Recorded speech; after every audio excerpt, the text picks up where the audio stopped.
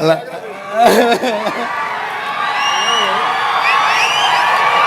అది కాదు, కూర్చోమంటే కూర్చుంటామా, తగ్గేదే లేదు. అదే చెప్తున్నా అన్నకి, మరీ హెడ్ మాస్టర్ లాగా కూర్చోమంటున్నారు, అది ప్రాబ్లం. కూర్చోండి కూర్చోండి కూర్చోండి ప్లీజ్.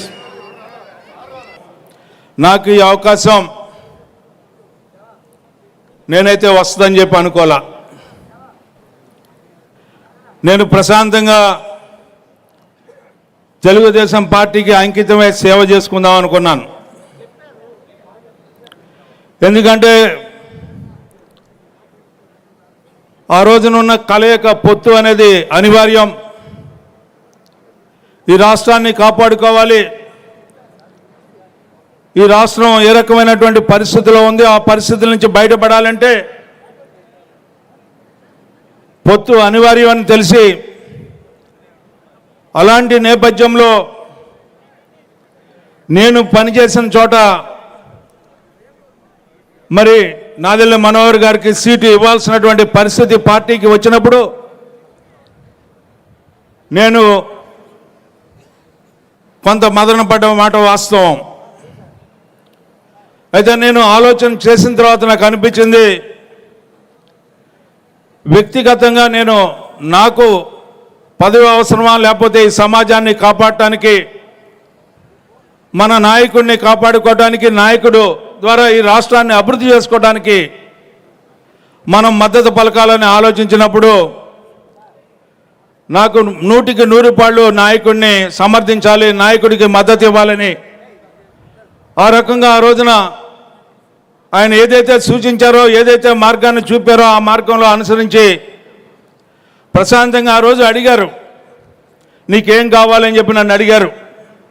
అడిగినప్పుడు నేను ఒకటే చెప్పాను, నాకు నువ్వు ముఖ్యమంత్రి కావాలి, నాకేమవద్దు అని చెప్పి కూడా నేను చెప్పడం జరిగింది. ఆయన 5 సార్లు అడిగారు.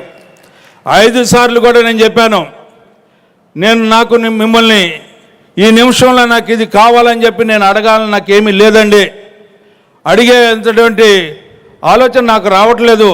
మీరు ఎన్నిసార్లు అడిగినా కూడా మీరు ముఖ్యమంత్రి అయిన తర్వాత మీ ఇష్టం అని చెప్పి లేచి బయటకు రావటం, ఆయన అడుగుజాడలో నడవటం, ఆ రోజు ఎలక్షన్స్లో మరి అఖండ విజయం, ఒక చారిత్రాత్మకమైనటువంటి విజయాన్ని ప్రజల ద్వారా ఈ రోజున కూటమి నాయకత్వం ద్వారా కూటమి ప్రభుత్వం ఈ రోజున ఏర్పడటం జరిగిందని చెప్పి మీకు మనవి చేస్తా ఉన్నా.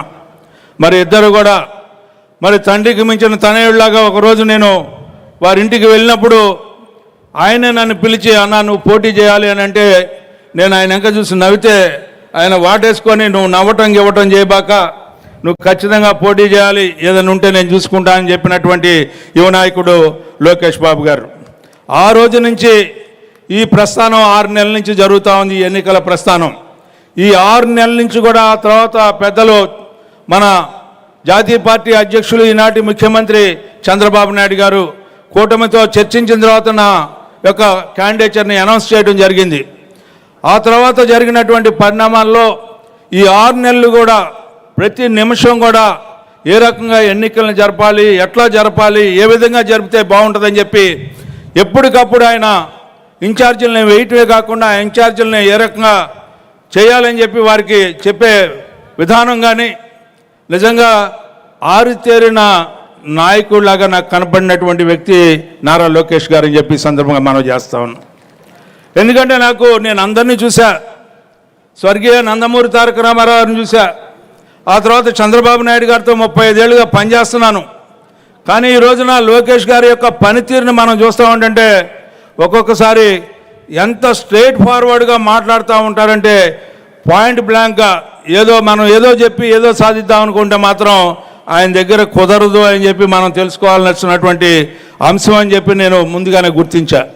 అందుకే నేను ఎప్పుడు వెళ్ళినా కూడా ముఖస్థరిగా నాకు కావాల్సింది ఏందో చెప్తాను, అవసరం ఏందో తీసుకుంటాను. ఆ రకంగా ఆయన యొక్క మార్గాల్లో మనం అందరం కూడా నడుచుకుంటూ ఈ రోజున 6 నెలలు ఈ ఎన్నికల్ని జరిపారు. అంటే మరి ముఖ్యంగా 15 రోజుల క్రితం నుంచి అంచెలంచెలుగా ఏ రకంగా ఈ యొక్క ప్రోగ్రెస్ మనకు కనబడిందంటే, ప్రతి ఒక్క గ్రామంలో కూడా గ్రామ పార్టీని కూడా కార్యోన్ముఖులను చేసి ఈ ఎన్నిక వైపుకు తీసుకెళ్ళినటువంటి విధానం. ఇన్ఛార్జీలని మొత్తం 33 నియోజకవర్గాలకి ఇన్ఛార్జీలను వేయటమే కాకుండా అక్కడ జరిగినటువంటి పని విధానాన్ని ఏ రకంగా ఫీడ్బ్యాక్ తెప్పించుకొని ఎక్కడ పని జరుగుతుంది ఎక్కడ పని జరగట్లేదని చెప్పి ఏ రకంగా పని జరగాలని చెప్పి ఎవరిని కలవాలి, పట్టభద్రులు అంటే ఎక్కడ ఉంటారు, ఏ రకంగా కలవాలి, ఓటర్లని వెరిఫికేషన్ ఏ రకంగా చేయాలి, దాన్ని కూడా సైంటిఫిక్ మోడల్లో టెక్నికల్ ఆస్పెక్ట్స్లో వాటిని ఎప్పటికప్పుడు తెప్పించుకొని అందరినీ కూడా ఈ రోజున పని చేయించినటువంటి ఘనత లోకేష్ గారిది అని చెప్పి సందర్భంగా మనవి చేస్తూ ఉన్నాను. ఆ రకంగా 33 నియోజకవర్గాల్లో ఉన్నటువంటి శాసనసభ్యుల్ని, పార్లమెంట్ సభ్యుల్ని, పార్లమెంట్ పార్టీ అధ్యక్షుల్ని, అదేవిధంగా ఇన్ఛార్జ్ మంత్రుల్ని అందరినీ కూడా ఎవరిని శాసించకుండా పని వైపుకి మరలించి ఆ పనిని సఫలం చేసినటువంటి నాయకత్వం ఈరోజు మా విజయం అని చెప్పి సందర్భంగా మనవి చేస్తా ఉన్నా.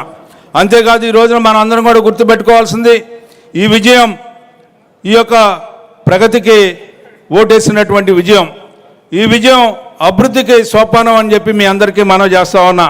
ఏ చారిత్రాత్మకమైనటువంటి విజయాన్ని గతంలో ఇచ్చారో అలాంటి విజయాన్ని ఈ రోజున మరి చేజారిపోకుండా కాపాడుకోవడానికి మన అందరం కూడా కలిసి నడవడానికి మరొకసారి మద్దతు పలకడానికి మాకు ఇచ్చిన విజయంగా నేను భావిస్తూ, అలాంటి విజయం అందించినటువంటి మీ అందరికి కూడా పేరు పేరున కింద కార్యకర్త నుంచి పైన నాయకత్వం వరకు, మరి ముఖ్యంగా ఇలాంటి ఎన్నికల్లో నన్ను నుంచోబెట్టి గెలిపించినటువంటి చంద్రబాబు నాయుడు గారికి, అదేవిధంగా పవన్ కళ్యాణ్ గారికి, పురంధేశ్వర్ గారికి, నారా లోకేష్ గారికి నా హృదయపూర్వకమైనటువంటి ధన్యవాదాలు తెలుపుకుంటూ మీ అందరి దగ్గర సెలవు తీసుకుంటా ఉన్నాను. కూర్చోవాలి, చెప్పినప్పుడు కూర్చోవాలి. సభకి నమస్కారం. సభాధ్యక్షులు గౌరవనీయులు తెలుగుదేశం పార్టీ రాష్ట్ర అధ్యక్షులు శ్రీనివాసరావు గారికి, ఈనాటి వేదిక మీద ఉన్నటువంటి పెద్దలు గౌరవనీయులు,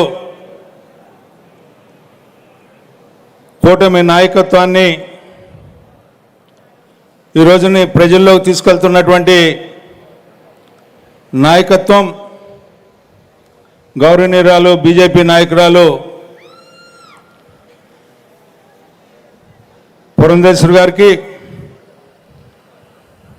పెద్దలు గౌరవనీయులు జనసేన నాయకులు, programmes committee chairman Nadendla Manohar గారికి, మరి ఈనాటి మనందరి యువనేత, ఈ రాష్ట్రానికి ఒక మార్గదర్శకుడు, నిరంతర శ్రామికుడు, నిత్య యవ్వనుడు, 3500 కిలోమీటర్లను అవలీలగా పాదయాత్ర చేయటమే కాకుండా ప్రజలందరి హృదయాల్ని సృజించి ప్రతి వర్గాన్ని కూడా ఆలింగనం చేసుకున్నటువంటి యువ నాయకుడు నారా లోకేష్ గారు, అదేవిధంగా ఈనాటి మరొక మాజీ రాష్ట్ర పార్టీ అధ్యక్షులు, ఈనాటి 3 పూట్ల అన్నం పెట్టే రైతన్నని పాలించే వ్యవసాయ శాఖ మంత్రులు గౌరవనీయులు అచ్చెన్న గారు, అదేవిధంగా వైద్యో నారాయణ హరి అన్నట్టుగా ఈరోజు మనందరికీ కూడా వైద్యంతో ఆరోగ్యంతో ఈ రాష్ట్రాన్ని సుభిక్షంగా ఆరోగ్యవంతంగా ఉంచే మరి వైద్య శాఖ మంత్రులు సత్య గారు, వేదిక మీద ఉన్నటువంటి రోడ్లు భవనాల శాఖ మంత్రులు మా సోదర సమానులు, ఎప్పుడు వెళ్ళినా కడుపు నిండా అన్నం పెట్టే మా నాయకుడు బీసీ జనార్దన్ రెడ్డి గారు, అదేవిధంగా నవయువకుడు, మరి కొత్తగా రాజకీయాల్లోకి వచ్చిన తనదంటూ తన వ్యక్తిత్వాన్ని కాపాడుకుంటూ తన బ్రాండ్ని ఎస్టాబ్లిష్ చేసుకుంటున్నటువంటి శ్రీనివాస్ గారు, ఈనాడు వేదిక మీద ఉన్నటువంటి నా సోదర సమానులు, మరి నిన్నే విజయం సాధించినట్టు తూర్పు గోదావరి జిల్లాల నుంచి, ఉభయ గోదావరి జిల్లాల నుంచి విజయం సాధించినటువంటి శాసన మండలి సభ్యుడు శ్రీ రాజశేఖర్ గారు, ఈనాటి ఈ యొక్క కార్యక్రమానికి విచ్చేసినటువంటి సోదర శాసనసభ్యులు, మంత్రివర్యులు, అదేవిధంగా ఈనాటి కూటమి నాయకత్వానికి, అశేష ప్రజానీకానికి నా హృదయపూర్వకమైనటువంటి ధన్యవాదాలు తెలుపుకుంటూ మీ అందరికీ ఒకటి చెప్తా ఉన్నా.